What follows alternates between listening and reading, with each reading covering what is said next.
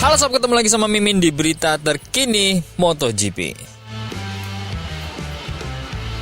Ya, MotoGP sudah memasuki 75 tahun lamanya. Cuma selisih 4 tahun dari kemerdekaan Indonesia sob. Jika negara saja bisa sangat berkembang, terlebih untuk cabang olahraga ini, pasti memiliki perkembangan yang sangat luar biasa hingga hari ini. Banyak terjadi pergantian, update regulasi, aturan main, aturan balap, sirkuit, spare part, ban, dan juga lain-lain. Bisa dibilang sebenarnya kondisi saat ini adalah kondisi yang sempat dikhawatirkan beberapa pecinta MotoGP. Kenapa dikhawatirkan? Karena dalam era ini ditakutkan skill tak lagi mendominasi, melainkan ini adalah adu kecanggihan sebuah teknologi. Dalam kata lain, saat ini adalah adu kejeniusan seorang insinyur dan teknisi di MotoGP.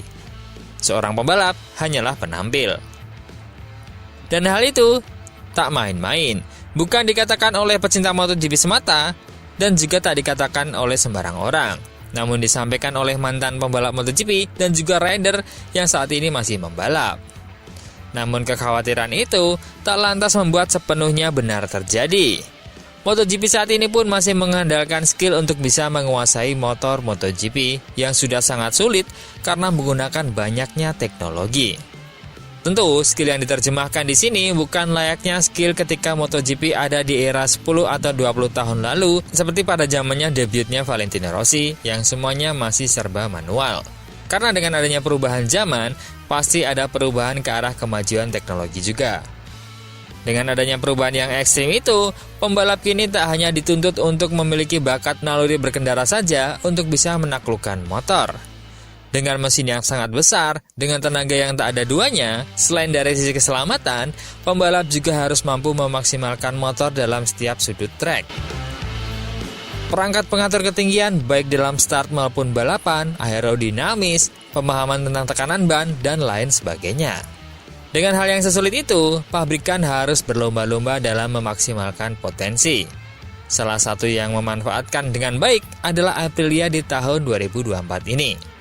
Aprilia kini memiliki nilai konsesi yang meningkat dan berada di peringkat kedua. Tentu, hal ini akan mendekati Ducati karena memang di lapangan yang dapat mengimbangi Ducati saat ini, setidaknya sejauh ini baru Aprilia yang bisa menjadi juara di Amerika melalui Maverick Vinales. Bicara soal Vinales lah yang kini memanfaatkan teknologi tersebut. Maverick Vinales memiliki rem ala skuter yang sederhana namun cerdik pada Aprilianya. Bagaimana cara kerjanya? Apa kelebihan rem khusus dan mengapa lebih banyak rider tak menggunakan trik tersebut? Jika kita melihat tangan kiri Vinales saat dia mengendarai Aprilianya, kita akan memperhatikan bahwa dia menggunakan tuas kopling sebagai rem. Rahasia yang bukan rahasia. Terungkap di Sachsenring ketika Miguel Oliveira membuktikan performa bagusnya di sana karena kurangnya tikungan kanan. Miguel mengatakan, "Anda tahu bahwa saya mempunyai masalah dengan belokan kanan karena saya kesulitan dalam menginjak rem belakang. Saya meminta sistem yang sama dengan yang digunakan Maverick Vinales, tetapi mereka tidak memberikan kepada saya.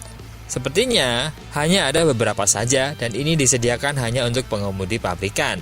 Kami sebenarnya menemukan sistem yang memungkinkan Vinales menggunakan tuas yang sama untuk kopling dan juga mengerem. Hal ini dilakukan dengan menekan tombol yang terpasang di bagian kiri stang untuk menjadikan satu atau beberapa fungsi. Hal ini dimungkinkan karena saklar digunakan untuk berpindah dari satu fungsi ke fungsi lain. Hanya ada satu pompa yang dihubungkan pada saklar ini, yaitu pompa kopling. Tapi pompa kopling ini memiliki dua saluran, yaitu yang pertama ke saluran rem dan yang satunya adalah ke saluran kopling. Untuk penjabaran yang lebih mudah, prinsip pengoperasiannya seperti pembagian pada dua jalur pipa air, di mana fungsinya terkadang ke jalur A, kemudian yang lain adalah ke jalur B. Dalam prakteknya, Vinales menggunakan fungsi kopling terutama untuk keluar dari grid dan kemudian segera beralih ke sirkuit hidrolik rem belakang. Dalam kata lain, kopling di sini berfungsi ketika dia saat start saja. Dalam keadaan darurat, misalnya terjadi kecelakaan, dia cukup menekan kembali tombol merah dan camshaft kembali ke mode kopling. Peralihan dari satu fungsi ke fungsi lainnya secara instan. Sistem pengiriman belakang ini memiliki sejumlah keunggulan dan keingintahuan dari para rider lain.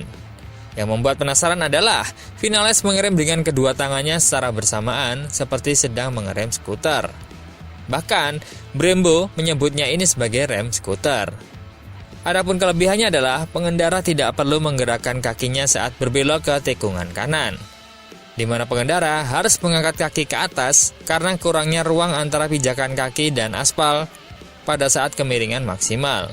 Ini adalah sebuah gerakan yang juga dihindari dengan rem jempol. Sebagian besar pengendara pasang di bawah separuh kiri stang.